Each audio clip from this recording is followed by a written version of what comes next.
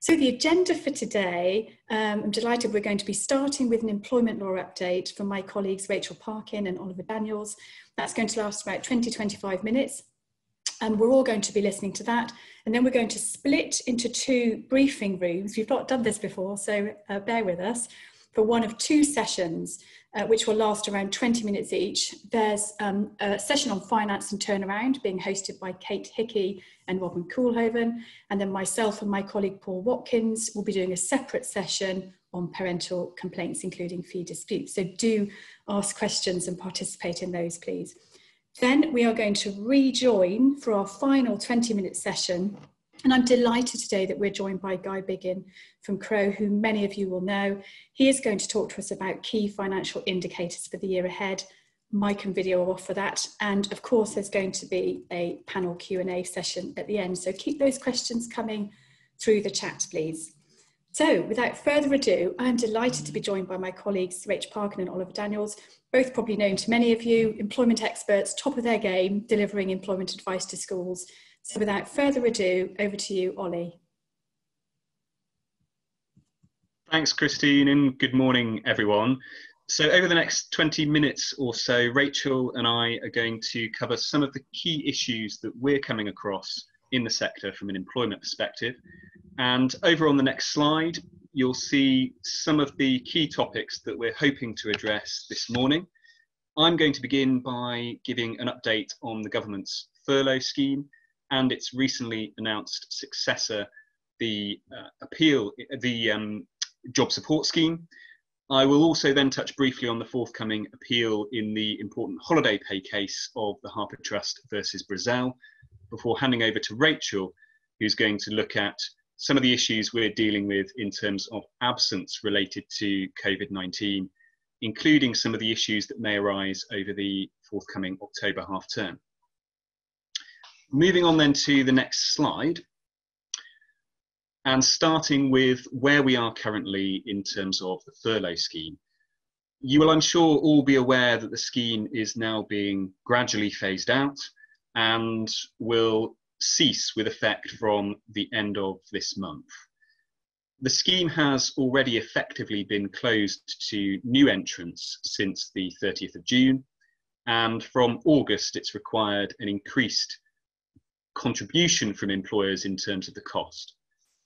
We've also seen since July the introduction of flexible furlough, so employers have been able to bring staff back on a part-time basis whilst claiming the furlough grant for those times where the employee isn't working. And we've seen the announcement around the job retention bonus scheme, whereby employers are able to claim a bonus of £1,000 per furloughed employee who's retained up to at least the 31st of January next year, subject to certain eligibility criteria. Those measures have been introduced with the intention of easing the process of gradually withdrawing the significant support that the scheme provides. And for many employers, the focus will now have shifted towards planning strategically for the end of furlough and the introduction of its replacement, the job support scheme. So moving on to the next slide, I'm going to just give a brief overview of some of the key details that we are aware of currently in respect of the job support scheme. This is the new scheme announced by the Chancellor on the 24th of September, with the intention of aiming to avoid the cliff edge scenario that many predicted in respect of the end of furlough. Under the scheme, the government will refund part of the wage costs of employees on short-time working arrangements. The intention being to protect viable jobs in businesses that are facing lower demand because of the pandemic. So the key here is the intention to protect viable jobs. And that's a shift from where we are currently under the furlough scheme. It's acknowledged that the job support scheme won't be of benefit to all employees whose work has been affected by the pandemic, only those that remain viable on short-time reduced working hours. So in a school setting, That might be relevant, for example, in respect of catering staff who might be working to reduced capacity at the moment due to a decrease in demand for school meals. Or it might be applicable where you currently have staff working on a rotational basis in order to ensure continuity of provision due to that reduced need. So it's where there's that reduced need, but there is still a viable element to the job. The scheme is due to run for 6 months from the 1st of November, and all small and medium-sized enterprises will be eligible to participate.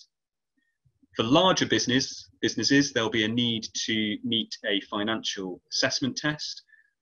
We understand that that will essentially involve businesses showing that their turnover is lower now than it was prior to the impact of the pandemic. The exact detail around the eligibility criteria for employers is yet to be confirmed, and of course that will be very important to keep an eye out for all employers. What we're not clear on yet is whether the scheme will be available for academies. Under the furlough scheme, it was very limited in terms of the extent to which academies could benefit because of staff costs being publicly funded. We're yet to have clarity on whether that will be the case under the job support scheme, but as I said, further detail we expect to be forthcoming shortly. From an employee's perspective, in order to be eligible, an employee must have been on the school's payroll on or before the 23rd of September. And during the first 3 months of the scheme, the employee, in order to participate, must be at least working a minimum of 33% of their normal working hours. After that initial 3-month period, the government will consider that minimum hours threshold and will look at whether that needs to be increased. So moving on to the next slide, please.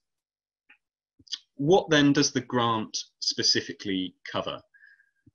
Well, firstly, the employer is required to pay for the hours that the employee is actually working. So that minimum 33%, the employer will pay for that in the normal way. The part of the employee's normal working week that is not worked is then split equally between the employer, the government, and the last third effectively being covered by the employee agreeing a wage cut. So 1/3 is paid by the employer, 1/3 is reimbursed by way of the government grant, subject to a cap of £697.92 per month. And the last third is then covered by the agreed wage reduction with the employee. So the participating employee will, as a minimum, receive 77% of their normal pay, subject to the application of the government cap. Importantly, as with the furlough scheme, you need to have a clear written agreement in place with your employee, setting out the changes to their terms and conditions in order to participate in the scheme. In contrast to furlough, however, it's clear that you won't be able to make staff who are participating in the scheme redundant or give them notice of redundancy whilst they are participating. And that's a stark shift from the position currently in respect of furlough leave.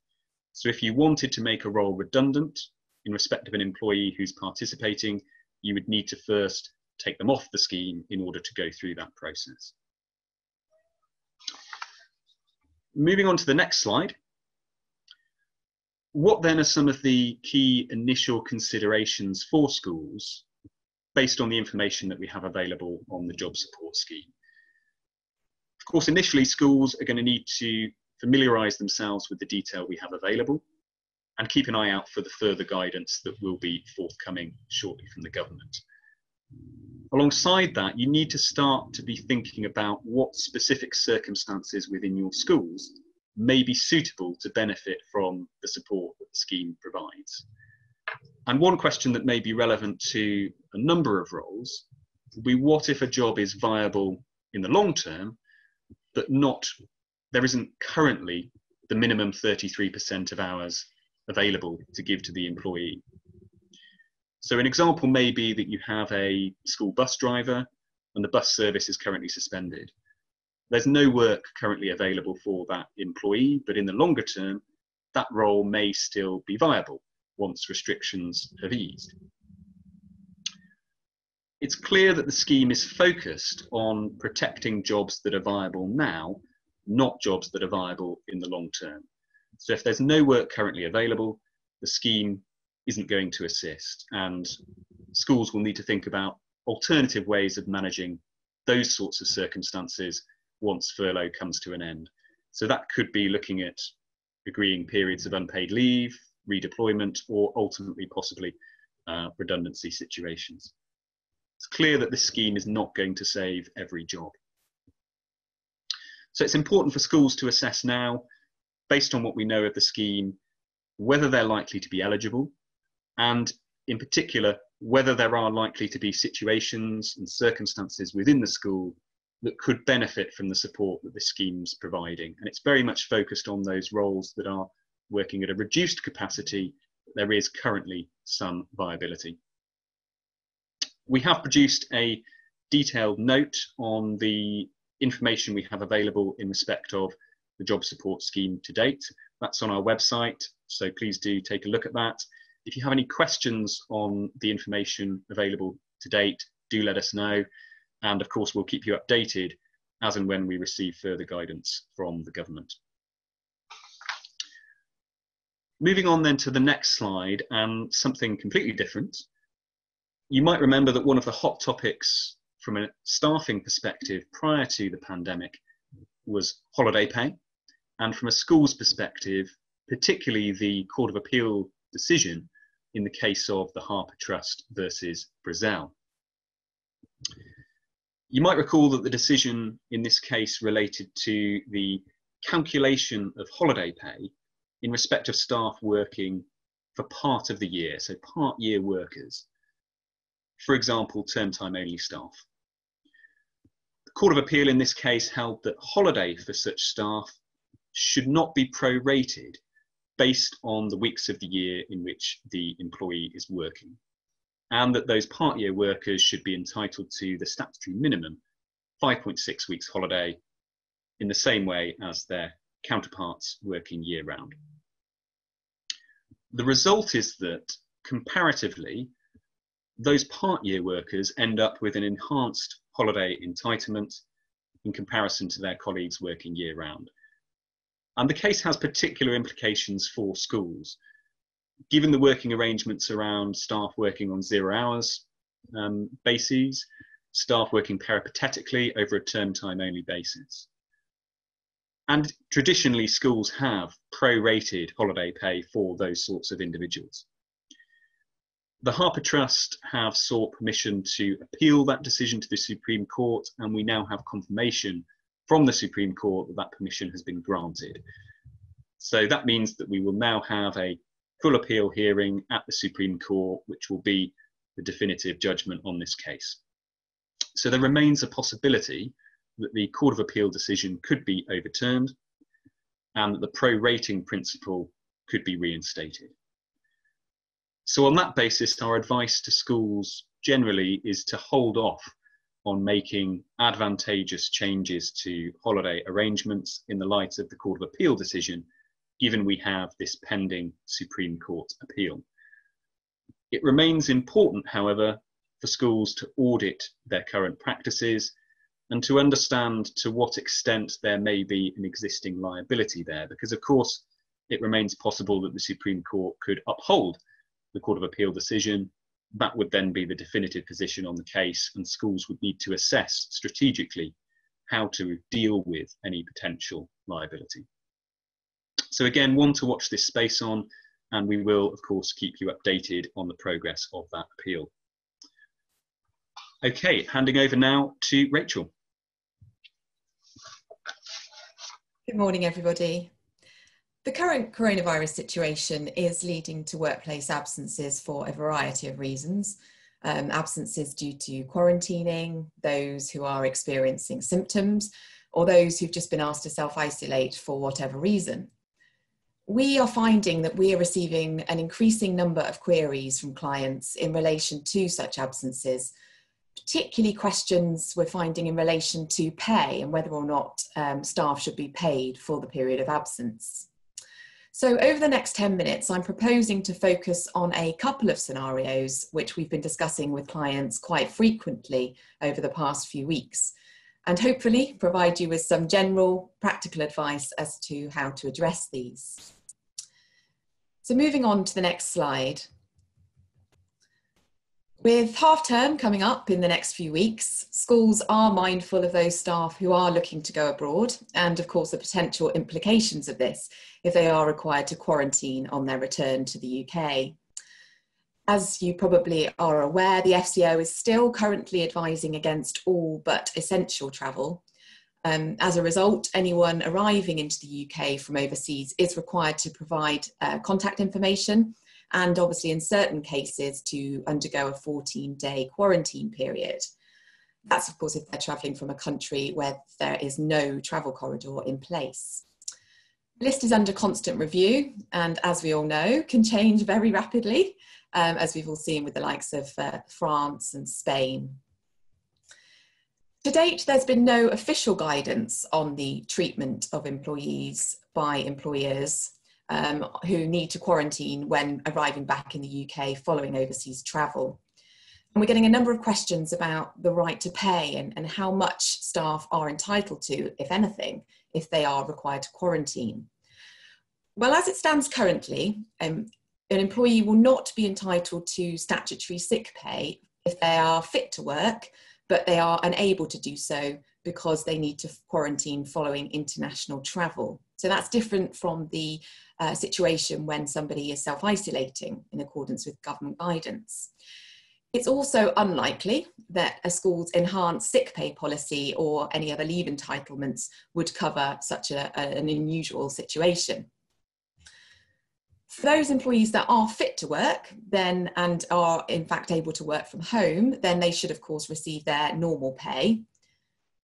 If an employee notifies the school that she or he is unwell during a period of quarantine, whether that's with symptoms of COVID-19 or some other illness or injury, then the individual will of course be entitled to sick pay, statutory or enhanced, in accordance with their usual contractual terms, or of course the school's sick pay policy as applicable.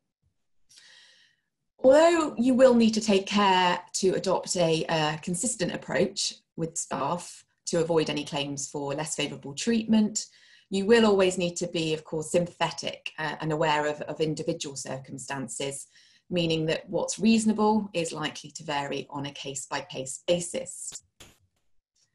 So moving on to my next slide, please. We have had a few clients asking us whether they can place any travel restrictions on staff. I think it's probably likely to be a reasonable management instruction to ask staff not to travel to areas where the FCO's guidance or advice is to avoid travel, particularly if you think about your duty of care that you owe to your staff. That said, I do think it's going to be difficult to impose blanket restrictions on overseas travel arrangements. Whilst I understand schools will be keen to ensure operational efficiency, which may of course be impacted if employees need to quarantine on their return from overseas travel, it's unlikely to be reasonable to instruct or dictate what employees can and can't do in their own leisure time. Likewise, if staff choose to travel in their leisure time and as a result end up being absent from work due to quarantine, it's unlikely to be reasonable to treat that absence as unauthorised and deal with it as a conduct matter, for example, particularly if that employee has been communicating with the school regarding their travel plans throughout and has obviously informed the school in a timely manner that they do need to quarantine on their return. There are, however, certain steps you can take to reduce staff absences due to the need to quarantine, and as ever, communication with staff will be key. Moving on to my next slide. In terms of some practical things to think about and our recommendations as to how to address the issues with staff, you might want to think about informing staff now of the current government and FCO guidance and just reminding them about the quarantine requirements. In particular, you should remind them that they shouldn't visit a destination that is deemed high risk.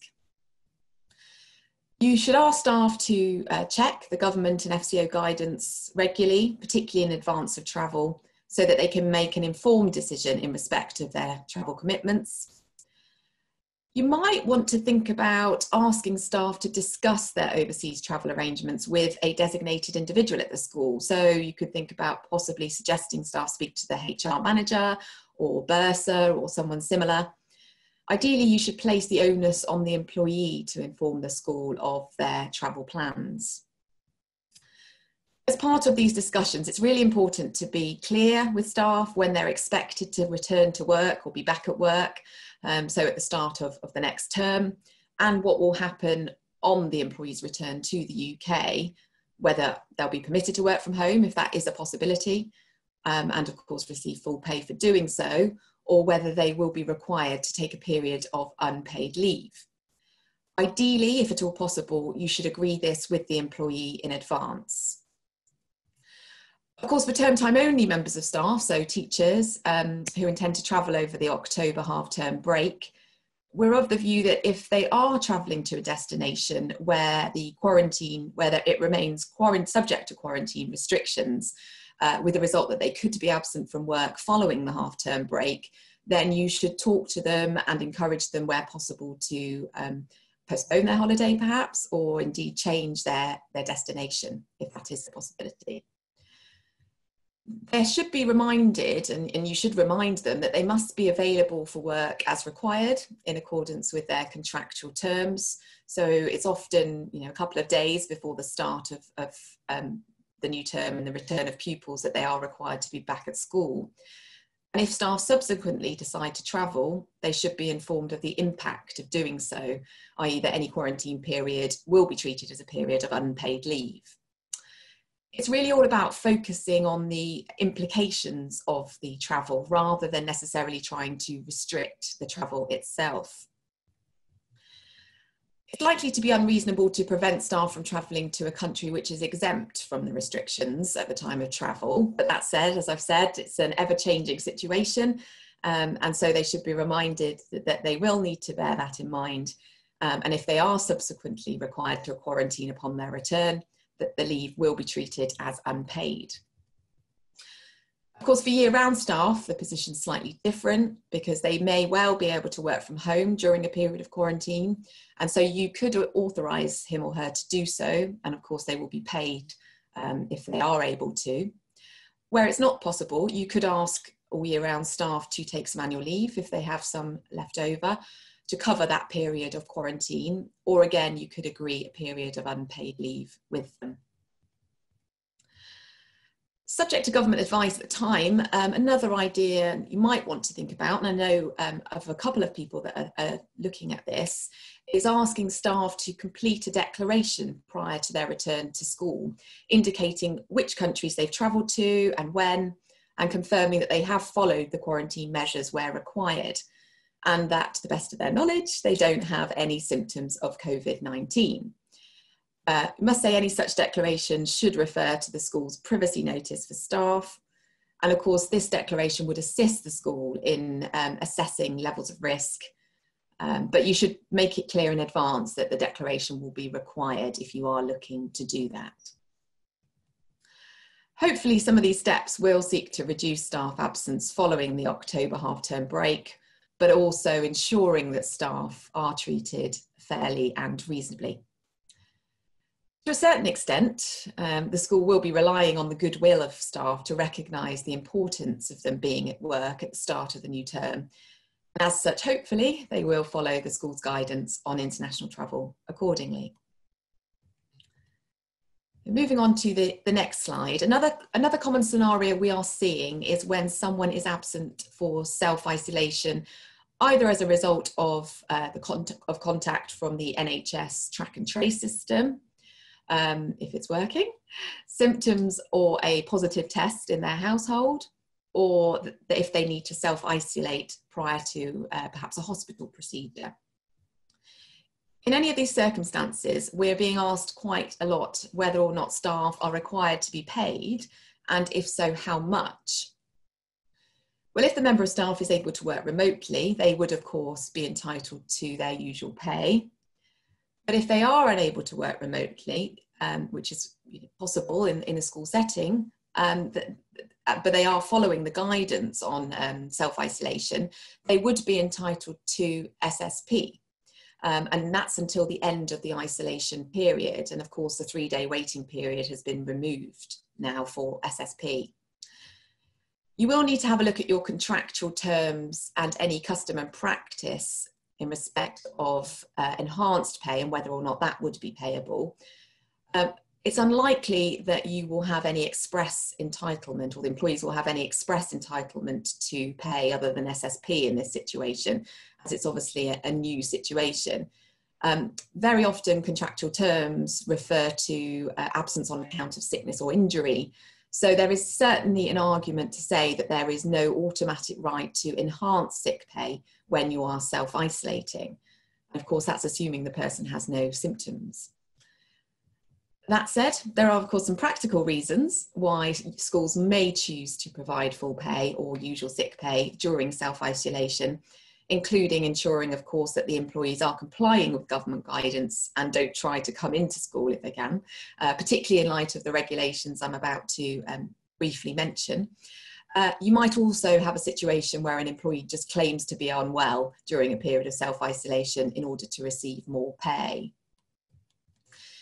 As I've said previously, ideally you should try and ensure where possible to treat employees consistently, but of course you will need to be mindful of and sympathetic to individual circumstances. And just moving on to my final slide, I thought it would be useful just to mention some new regulations which came into force on the 29th of September. The important element for you as employers to be aware of is Regulation 7. This now makes it an offence for you to knowingly permit a worker, and that includes an agency worker, to attend any place other than where that individual is self-isolating. And this includes individuals who are required to self-isolate because they live with someone who's tested positive. So if you, as an employer, know a worker has tested positive or lives with someone who is tested positive, you are now responsible for preventing them from attending their place of work. And unfortunately, anyone who fails to do so will face a fine, which starts from £1,000. There is also an obligation on the worker to tell you, their employer, that they are self-isolating. That's Regulation 8. And any individual who breaches self-isolation will normally commit a criminal offence, and that's Regulation 11. So I'm just going to hand back over to Christine now, who's going to send you all into your chosen breakout rooms, I think, shortly for the next session.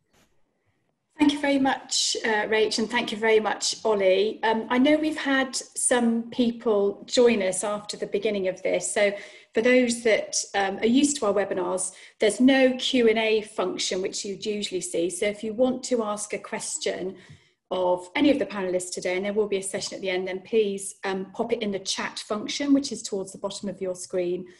Pop it in chat, which means everyone can see it, and we'll be happy to answer those. Rachel, I was just going to ask you briefly, the job employment support scheme that we've seen, have we seen many queries from schools about that, or much take up?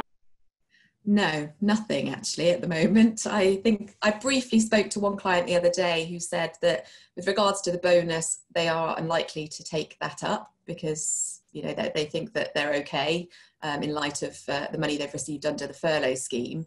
And in light of the new job support scheme, I think I've had one query, but at the moment, the general feel is that people are not looking to necessarily rely on it, mainly because there are probably very few roles within the school setting that would be viable jobs for the purposes of the scheme. Yeah, that's really helpful. Thank you, Rach. So we're now going to move into our interactive sessions. You'll either be going into a session with Kate Hickey and Robin talking about finance and turnaround. or you'll be coming into a session with myself and Paul talking about parental complaints, including fee disputes. You don't have to do anything except please turn on your camera if you want to. It's not compulsory, but if you want to, please turn on your camera. I'd ask you please to keep your mic off until you're asked in those sessions to turn it on, otherwise we get a fair amount of feedback. And I will see you all here again for our final session in around 20 minutes. See you then. I think hopefully, yeah, we're all back in the room. If I can ask you all to turn off your, apart from Guy, turn off your mics and cameras, please, if that's possible for the final session. There we go. Thank you very much, everybody. As I've mentioned at the outset, because it's a meeting and not a webinar, please use the chat function for any questions, because there's no Q&A, so just use that if possible.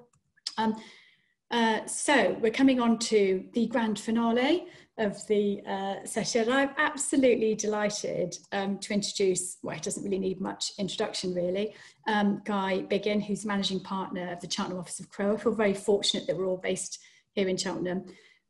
Guy is very well known in the sector, specialising in charities, independent schools and academies. He leads on risk management and is a regular speaker at education sector events. Guy is going to talk to us about key financial indicators in the year ahead. So any questions, please pop them in the chat function. Over to you, Guy. Thanks, Chrissy. Hello, everybody. I'm Guy. I'm going to talk to you about some financial indicators, and I have doing it on my own, controlling my screen, so which is pretty cool. So, in terms of what I thought I'd talk about, I start with some recent Charity Commission guidance. Look, I know this is regulation, but I think it's really important that our schools take a moment to look at some of the most recent Charity Commission guidance that's come out, and it is very useful in terms of what's available. And there is some specific guidance around COVID, particularly around reporting serious incidents to the Charity Commission. Amazingly, I'm having a more significant number of incidents being reported to the Charity Commission, and there is some good guidance and a pro forma, if you like, of what constitutes something that needs to be reported to the Charity Commission. A lot of it's related. A lot of the early stuff is related to the impact of COVID, but more and more it's in relation to cyber type attacks that the client base has been suffering, and when one has to inform the Charity Commission about that. There's also some really interesting guidance about using reserves and restricted funds. We were talking in the session earlier on about the use of reserves, but interestingly, it's a lot of a pointer to make sure that we're using our restricted funds. Lots of my clients have restricted funds available for bursaries and scholarships, yet use unrestricted funds to fund those bursaries and scholarships in the main. There is an opportunity to review, or a reminder to review your restricted funds and make sure you use those in a timely fashion. Remembering, of course, that in terms of bursaries, restricted funds are asset-backed, cash-backed normally, and using unrestricted funds are not. They are discounts from your gross fees, as we know. And then trading subsidiaries, of course, coronavirus has impacted our trading subsidiaries across the schools. And I'll talk about that a little bit more. But in fact, a lot of those trading subsidiaries are not generating the contribution that they did do prior to COVID. And as a result, they are suffering financially as an individual entity and might need support from their parent. And that needs to be thought about, both in terms of the directors of those trading subsidiaries, but also in terms of the governors of the school. And it can be in different ways, and it's worth considering both loan finance, capital finance through share issues, and also working capital loans. And I think that needs to be considered, particularly in the context of going concern and cash availability. Remembering, of course, our trading subsidiaries are primarily there excuse me, to raise funds and make a contribution to the whole. And more schools, if I just think about 2 or 3 on the top of my head, really do rely on their trading subsidiaries to generate quite a significant contribution to fund bursaries. So, for example, and therefore linking the points about restricted funds and the contribution trading subsidiaries makes it really important when you're thinking about cash. And then there's some useful information about managing financial difficulties as a result of coronavirus, and we'll talk about that as we go through it. There's some other guidance and alerts, which I do recommend you look at.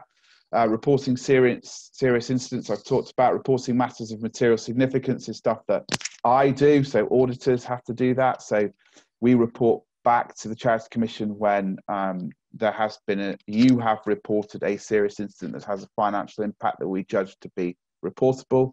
And we also do it in relation to audit reports. Now, COVID has had an impact on some of the audit reports that I've done recently. So signing off 2019 year end for schools, for example, that didn't get signed off, or weren't signed off before COVID hit, has resulted in quite a lot of work around going concern, as you would imagine, and sometimes matters of material uncertainty have been put in those audit reports, and those are the things that we have to report. There's a memorandum of understanding between the Information Commission and the Charity Commission. That's to do with GDPR and data. And as I said, I really have had 2, 3 or 4 incidences where schools have been hacked, and there has been frauds as a result of that, and also data has been stolen and all sorts of things. And that your understanding of the fact that there is a relationship between the Information Commission, and the Charity Commission is important. Interestingly, there's some upgrading of services to whistleblowers, and the Charity Commission are running a helpline rather, in relation to whistleblowers, so those that want to whistleblow and how they go about doing that, and they're taking their views about how organisations and charities are managing whistleblowing, and so it's important to have an understanding of that. And of course, you will have all seen recently some more guidance coming out on senior executive pay, and that will be a focus of the next sort that is due out in 2024. So I think 24, 25, and that is being looked at the moment. So in terms of what I thought I'd just touch on in terms of what we've been talking about with our clients and some financial indicators, and there's some short-term stuff and some longer-term stuff. I was doing some ISBA talks about the immediate, the medium-term, the longer-term, and we've moved through really now into the Michaelmas term. But it's interesting to look at a number of things. So the summer term debt is important to understand that in the context of your whole debt profile, and how fast is it clearing, and what are you doing to clearing it? Are you finding that you are giving away more in writing off debt? And I've got clients that are doing that, or you're providing more, and why you're providing it.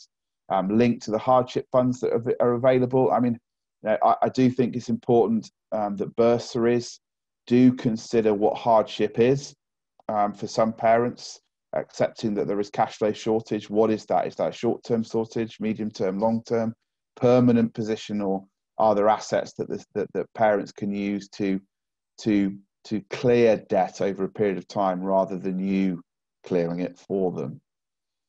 So I think it's really important. Having said that, a lot of my client base have actually collected their summer term debt pretty much in line with what they had done the previous year. But I do, I'm a glass half full sort of person, but I do err on the side of caution because, of course, a lot of people had earned the money to pay the summer term fees before COVID hit. That's not quite the same with Michaelmas term. Looking at pupil numbers, again, a significant area, a significant indicator in terms of what's happening this term. The stories that I'm hearing a lot of people are that people are moving into this independent sector from the state sector as a result of the fantastic remote learning that a lot of our independent schools have given, and parents changing their spending profile and prioritising that spend on independent schools. I've also seen parents move between independent schools, and people move to locations for their children to come to boarding schools and become a day school pupil. So there is a lot of positivity, but also schools have lost pupils that they didn't expect to lose. And the real point is understanding why you have had an increase or a decrease rather than just accepting it. And if whatever you learned from that increase and decrease that will feed into the rest of the year. A lot of boarding schools have got international students working remotely currently, which is great that remote learning is so strong that can happen. But there is risk associated with that. Are those pupils going to come back? If they're not, what does your fee ask look like if they remain away from the school on remote learning for a longer period of time? And importantly, how do you engage with them to get back into the school? Michaelmas term debt collection. Again, as an auditor, I get very nervous about debtor provisions. But actually, the conversations that I've had, bursars and governors are really on top of debt collection. But there has, and actually, it's being managed well, but there has been an uptick in provisions, probably linking back to summer term debt, but also accepting that parents are struggling a little bit more, but are communicating well. Lots of schools have increased their offer of direct debit payments, which can help manage cash flow, but does increase potentially debt risk by people paying one element of it and just pushing the problem down the road. So keeping on top of your direct debit payments is also really important. Cash and forecasts, people are looking at their cash positions and how are you managing your cash position and where is the money coming from. Schools do generate quite a lot of cash, but there are cash troughs in December and July, August time in terms of when cash is stretched to its ultimate. How are you doing it? Some people are using C-bills, some are using bank finance, and how are you going to repay that over the period of time? In other words, how are you going to generate more cash that will enable you to pay back that debt over the medium term? And that's really, really important. What's critical, though, is understanding your cash position, scenario planning that cash position. Look, we're in a better position than we were in March because we know what lockdown looks like and we know what lockdown might do to our cash position. So that is a good scenario to use if you're looking at different scenario propositions. Also a downturn in pupil numbers, and all of that sort of scenario planning allows you to strategically plan for change, whether that's medium term or longer term. So what I mean by that is not reacting by reducing staff numbers, but doing it strategically alongside looking at pupil class numbers, for example, maximising the opportunity from demand in certain year groups, and strategically looking to manage the school through your cash position rather than reacting to it. One of the questions we're asking all our clients at the moment is those that have got covenants in place. Are you talking to your bank about them, or have you been, to make sure that you don't miss the covenants? My experience is that talking to clients that are talking to their banks about covenants and are communicating with their banks are working with them around those covenants. But it's important that you have an understanding of them because there are implications for missing covenants. So governors, for me, need to understand the covenant position as part of their management information and know where they are at risk of missing those covenants, and so that the cash can be managed around that. So a lot of schools have over the last 6 months, not 8 months, delayed some of their maintenance works to manage their cash position, which is right and proper. But that maintenance will need to be done at some point, and how is it going to be paid for, and what does that schedule of works look like, and what's the priority along with that, with the priority of that maintenance, where does it need to be spent to maximise the return on that investment effectively in terms of that maintenance piece. And of course, COVID's cost a lot of money, be it in terms of feeding people in different times, putting up actually marquees everywhere. If you're in the marquee business, you're in, weddings aren't happening, but schools are buying marquees all over the place to provide further dining room space. But that is sucking up some of this money, as well as all the other requirements of COVID that perhaps budgets are being spent on. And then enterprise activities I've talked about earlier on, but there has been an impact on contribution from those enterprise companies.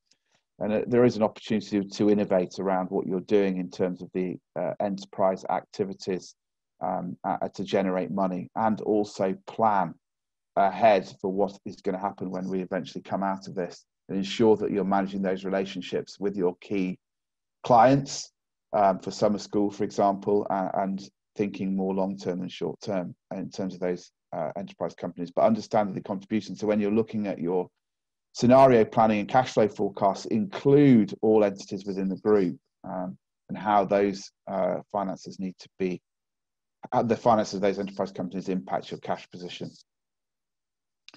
Thinking about what to consider next, I'm thinking about changing expenditure profile.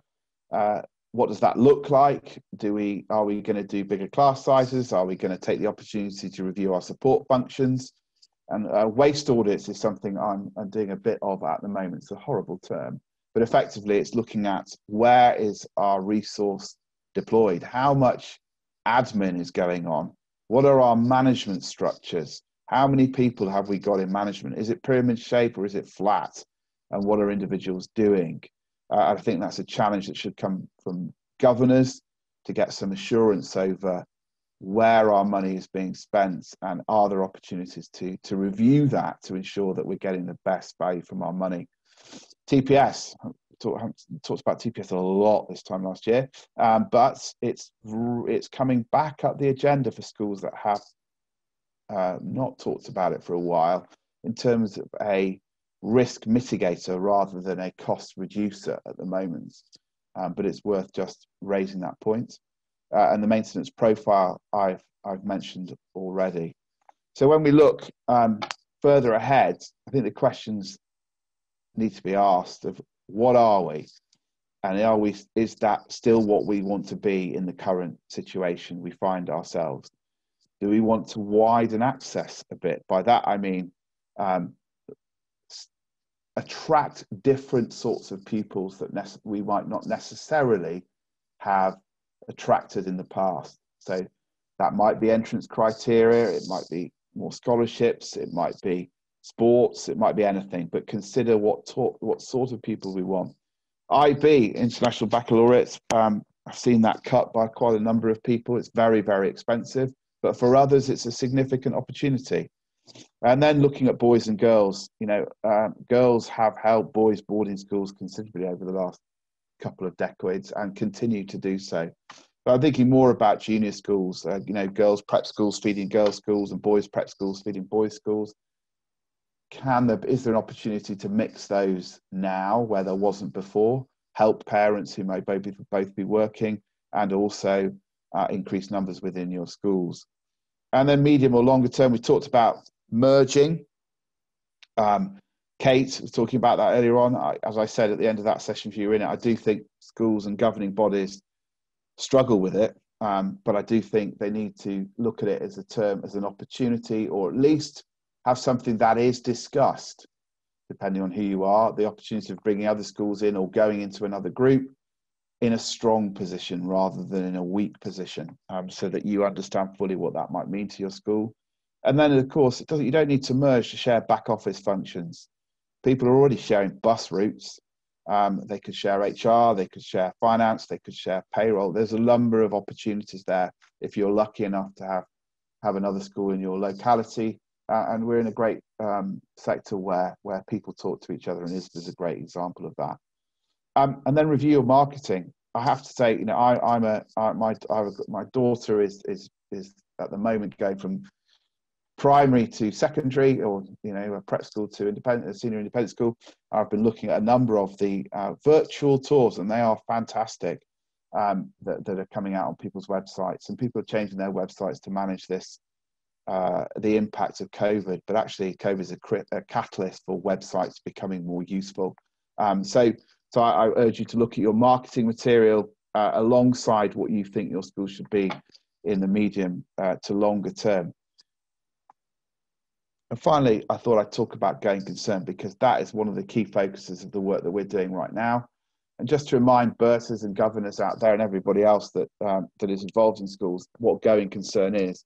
Going concern is looking at a period of not less than, but not longer than, not less than, but not limited to 12 months from the balance sheet, from the balance sheet date, or from the authorization of signing of the accounts, whichever one is later. So it's really important that schools understand that, and I think schools should be looking at it for at least 18 months, really looking into 2021 and a bit beyond, because there is a lag on all this stuff in independent schools. And one of the key indicators actually is have a look at what happened in 2008. So look at your 2009, 10, 11 numbers and see what you did to manage that risk in the 2008 recession or financial recession. So it's important that one looks at it a bit further on.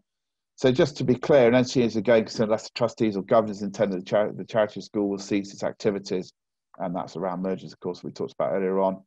And people need to look at it. Lots of organisations think it's auditors' responsibility to sign off on it. It isn't. It's your responsibility to come up with why you are a going concern, and we simply agree or otherwise, based on work that we do behind the scenes, obviously. So what do we look at? And these are the things that I think people should consider. How is your school funded? And that means, is all your money coming from your pupils? Is it coming from those commercial activities I talked about? Is it coming from investments? Is it coming from your endowment funds? Is it coming from donations? Whatever element is coming in, there will be an element of risk to each of those different fund lines, and you need to understand them in order to make an educated assumptions behind your incoming resources. Look at the key impacts upon immediate liquidity and longer term solvency. That's to do with your cash flow forecast and how you are managing your cash throughout the school academic year and beyond. Have you got loans in place? Have you got CBILS loans, bounce back loans? What's the, furlough income has helped considerably in terms of a lot of schools, but that is not going to be there. So what are you doing to manage your cash position going forward, and what are the significant impacts that you're facing right now that you could manage? And debt collection is a big, big part of that.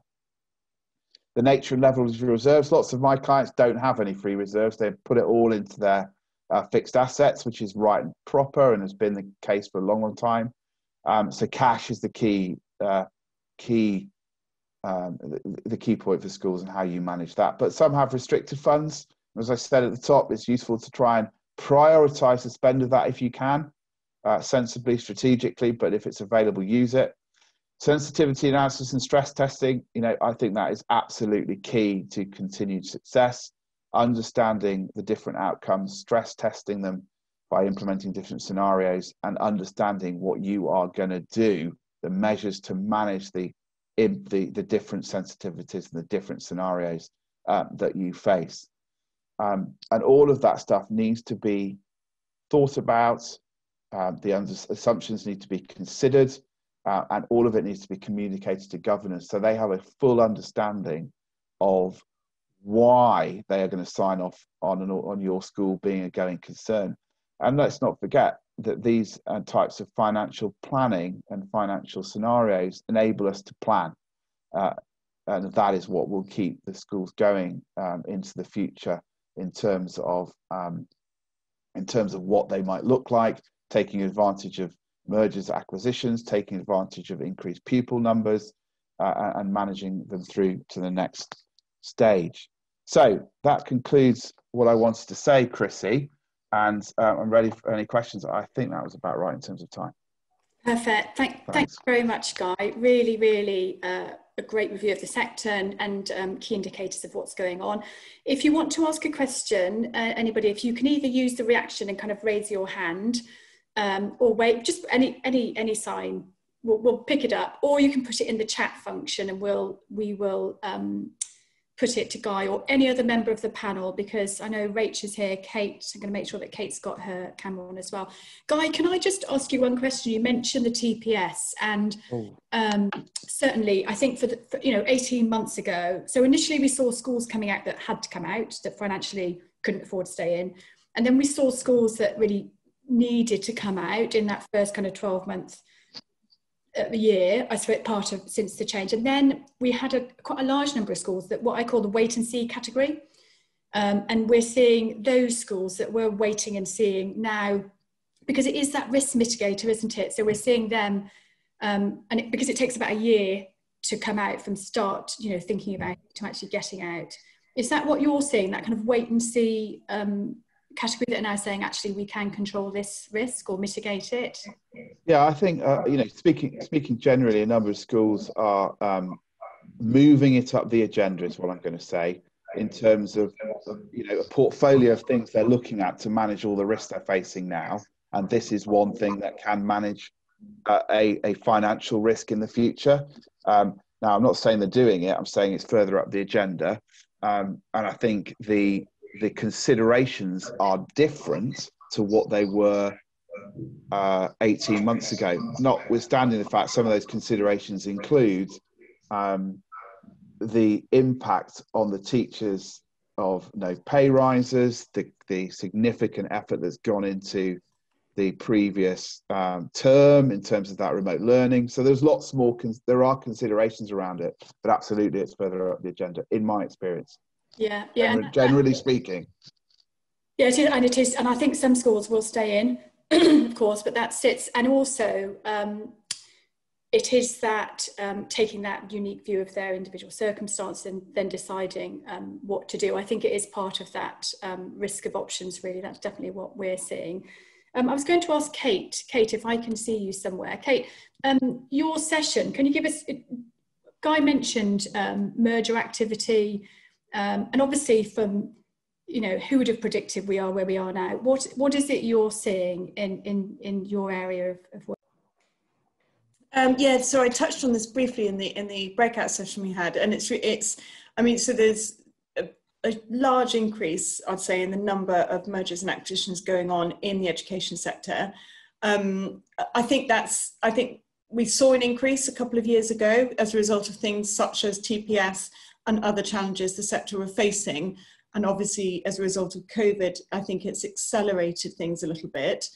I think there are two categories, really. There are schools who need to consider their options, and you know, I touched on a little bit again in our session as a result of things that Guy's mentioned, so things such as falling pupil numbers and cash flow just not being what it needs to be. And so there are schools in that category, and they are recognising that they need to do something, hopefully sooner rather than later. And Guy is absolutely right. Ideally, you want, as a board of trustees, you want to be considering these things at the moment, I'd say really quite regularly, and reviewing them, and just making sure that you are in a position where you don't need to consider these things more seriously. And so we're seeing schools that are doing that, and as a result are then looking, asking us what their options are, and obviously one of the options is either to find another school to merge with, or to consider a sale to a school group. And what we're seeing is there's been a large increase, I'd say, in the number of school groups in the market as well. So school groups that have been there before and are growing, and also some new groups that are joining the sector, as well as overseas funds. So that's one category. And the other category is schools that, again, as Guy mentioned, are seeing this as potentially an opportunity, and also are protecting their position for the future, and are thinking, okay, well, actually, maybe this is a really good time to think about that prep school that we don't currently have, and that would be a fantastic feeder for our senior school. So as a result of that as well, I think that's another reason why we are certainly seeing more of these transactions at the moment. Yeah, thanks, Kate. And I know Elaine's just popped at everyone. I've never had such a quiet meeting. I think it's because it's not anonymous, possibly, but you can always ask us afterwards, but do ask us questions either in the chat function, or you can put something, I think, next to your name with the reactions, and we will do our best to answer it. If we don't get to any questions, we will follow up afterwards anyway. Chrissy, I don't know if you can see, there is a raised hand, Stephen Holiday. Oh, I can't see that. Stephen, ask away. Right, sorry, I've taken the mute off. Can you hear me? Yes, we can hear you. It's a question for Guy, really, and it's a question, I suppose, as to how realistic our auditors are going to be.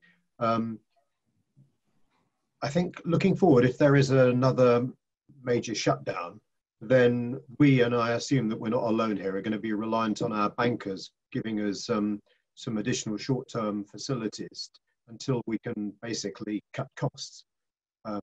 Because if all of a sudden our boarding income disappears again and there's no corona job retention money coming in, then we, like a lot of others, are going to be struggling for cash flow. So there's a reliance there on the bank being willing to support us to ensure that we are a going concern, effectively. Bankers traditionally don't like giving that kind of commitment a long while in advance on a kind of open-ended basis. So how are we going to square that circle as far as our auditors and the bankers are concerned? Or will it simply be looking at the accounts and saying, well, you know, if I was a bank, I would actually be happy to lend you money based upon the fact that you are, you know, reasonably strong. That was my question, really. Okay, hi Stephen. It's very difficult. So it depends on the individual school, but I'll give you a scenario. Let's say your forecast or your scenarios suggested that there was a cash requirement from the bank. So in other words, let's say you needed £500,000, let's say, from the bank in order to demonstrate cash headroom, as a very general example. In order for that to cover the audit in terms of a clean audit report, generally speaking, so people just have to understand this is a general piece, that money would need to be in place, or at least be agreed by the bank, for it to count, if you see what I mean, rather than it be a promise from the bank. That's slightly different. So the bank would have to agree to make that money available, so they'd have to go through the underwriting process. That's one point. The second point is, you know, when we look at this, we'll look at a number of different scenarios, and a lot of it will depend on what you're going to do. So let's use that example again. If you've got a £500,000 cash issue, there'll be a number of things that you can do. And if you can demonstrate that by making changes that you haven't made yet but will be making, that move that £500,000 to nothing and create cash savings, for example, then again, all of that needs to be taken into consideration along with the finance that you've got in place.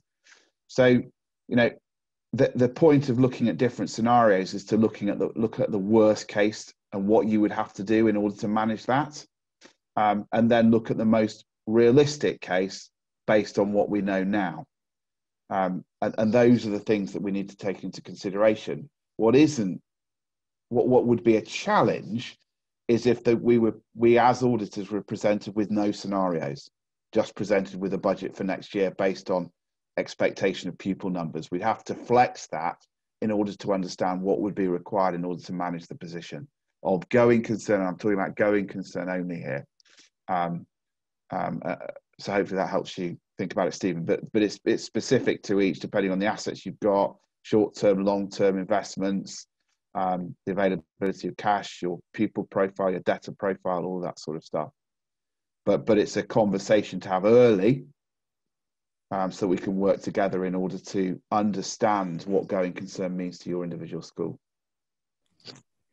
Thanks, Guy. Thanks, Guy. I'm just scanning to see if there are any other questions that were coming in, because we've only got a few minutes left. Kate, I was just going to ask you, and I know Guy mentioned it, serious incident reporting. Obviously, we've had the supplementary table, I think, that was published by the Charity Commission during the either during the lockdown period or just afterwards. Have you seen an increase in reporting of serious incidents to the Charity Commission?